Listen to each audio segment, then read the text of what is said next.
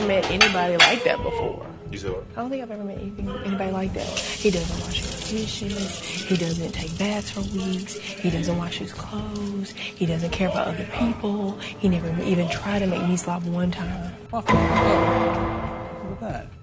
Half the muffin's gone. And we're Isn't it? Isn't it them halves, right? I know you think I ate your muffin. I know you did I it. didn't eat your muffin. I know you did the first half. No. I know you did. Who? Unless DR showed you, listen, you don't know. But I think it's funny that you think I did. But I didn't. I'll say it with a straight face now. I just got news. That's why I'm laughing. I know. I know you just got news because Alyssa went up there and told you.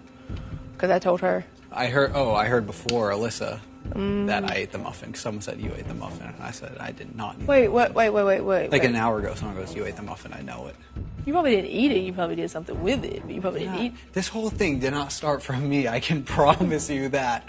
Because maybe I know who did, and it wasn't me. And I think you should fess up, festy bestie. Well, that was pretty good. It was good. That's a lot of F's in that. You just tell me if it's a boy or girl, and I'll be good. I don't know who did it. You just said maybe I do know. I do, but I don't, and it wasn't me. Quick update here. I'm only going to have time for quick updates over the next 2 weeks. I have a lot going on, and like I said yesterday, I'm going to be doing some traveling, so I don't know if I'm going to have time for fancy edits and all that, but I will still give my updates when I need to give them. Muffingate remains the only semi-entertaining thing going on in the house because everything else is just making my blood boil. Turner and Jasmine continuing their Muffingate fiascos, probably for the episodes.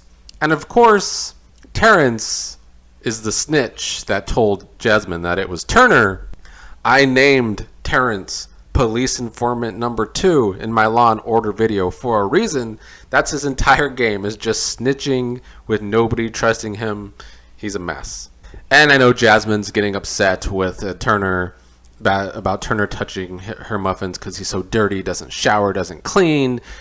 True, actually, but I mean, Jasmine is just as dirty, if not worse, than Turner, if we're being honest. Both of them barely showered when they were on slop. Just dirty people. Alright, the main thing I want to talk about is something that has my blood boiling. Obviously, the Kyle stuff also has my blood boiling as he continues to try and start the race war. And I'm refraining from dragging Michael for now. I know Boo Boo in the comments was saying it's unfair to drag Michael right now, but I'm not too convinced about that.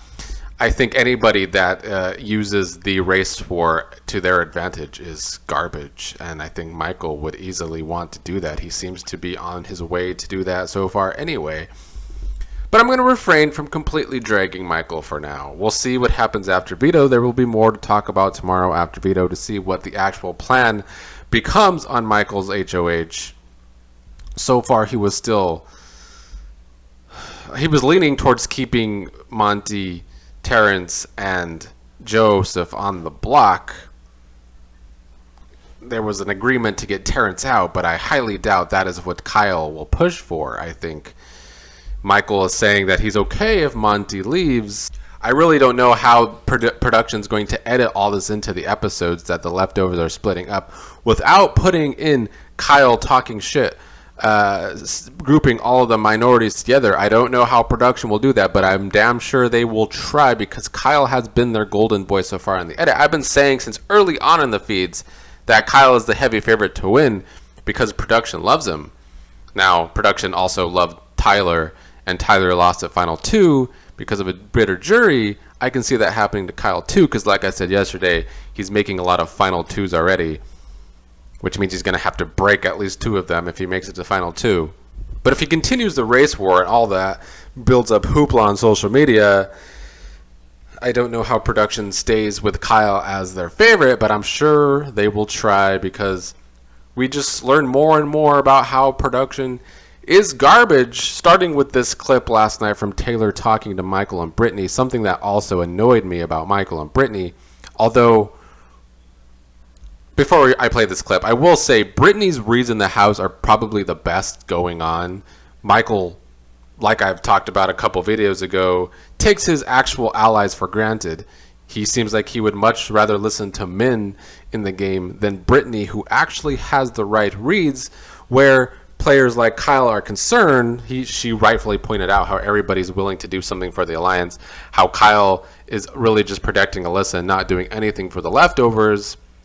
But a lot of her concerns seem to fall on deaf ears with Michael. Michael thinks he's the smartest person in the house. He's not. Michael seems to want to play the Andy game, who won Big Brother 15, another gay white male who used racism to win the game. I think Michael seems to want to do the same. I'm really having a hard time not dragging Michael. I'm waiting until Sunday or Monday to see how badly I need to drag him. I just think that a lot of Michael's endgame talk is very logical, very game driven, but him getting involved with all of this Kyle nonsense, continuing to spout about the white people they can and cannot trust, Michael seeming like he is willing to just play Kyle's game. I think the argument can be made that Michael is just really playing up Kyle and Alyssa to gain their trust, to eventually have to turn on one of them to make it seem like he is completely with them. That's possible, but it's hard to give him the benefit of the doubt when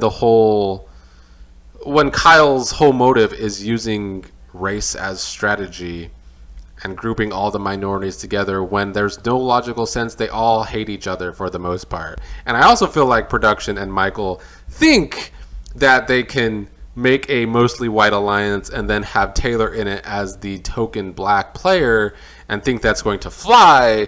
It's not going to fly. Yes, Taylor is well liked, but nobody wants to see the race war and see the white players using her as the token black player who doesn't even still doesn't even really fit in with most of these white players. And Kyle doesn't even want Taylor in any alliance, so we'll have to see what happens there. Production has probably warned Kyle about using the racism as strategy, but he still has been running with it since then anyway. Which brings me finally to this clip. Seriously, he may not have his job when he gets back. Like, Yeah, seriously. yeah. There have been some heavy suggestions where the outside world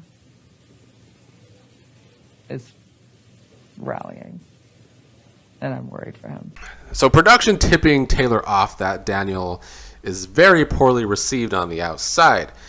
It's one thing for production to tip off a player who is, or I would say warn a player who, warn the player that maybe they are doing too much, to be careful about what they're doing because, people are easily canceled these days. That's one thing production maybe should do, or at least try to talk them out of some possible gameplay that will get them canceled on the outside. I could agree with that. Or just to warn poor behavior altogether. But I don't know how I feel about them tipping Taylor off that Daniel is basically almost jobless on the outside. He was jobless coming in. He's a fucking Elvis impersonator. But Taylor's so nice, and it honestly disgusts me that there was talk between Brittany, Michael, and Taylor being involved with how she needs to maybe get close to Daniel if he's going to stay. I just think it's disgusting that production would put this in Taylor's mind to try and rehabilitate Daniel's image. All I know is when Daniel comes out, they better drag the fuck out of him in all of these white medias like they dragged Nicole. Nicole got a hell of a lot of dragging when Daniel deserves 5 times more than Nicole does, in my opinion. Daniel has been the one who has acted the worst, while Kyle is trying to come for that crown now. But Daniel, before Kyle, was the one that had acted the worst. And the other reason it disgusts me why Taylor wants to get close to Daniel, why there would even be thoughts of rehabilitating Daniel's image, is because Daniel has never shown any regret. He's never truly apologized to Taylor. He's continued this ridiculousness all the way around, still talking shit about her last night with Terrence and Indy. So I don't like production's motives for telling this to Taylor. I could see maybe it was like a reason to make her feel better, maybe to make her think she's loved on the outside and that Daniel's hated, maybe.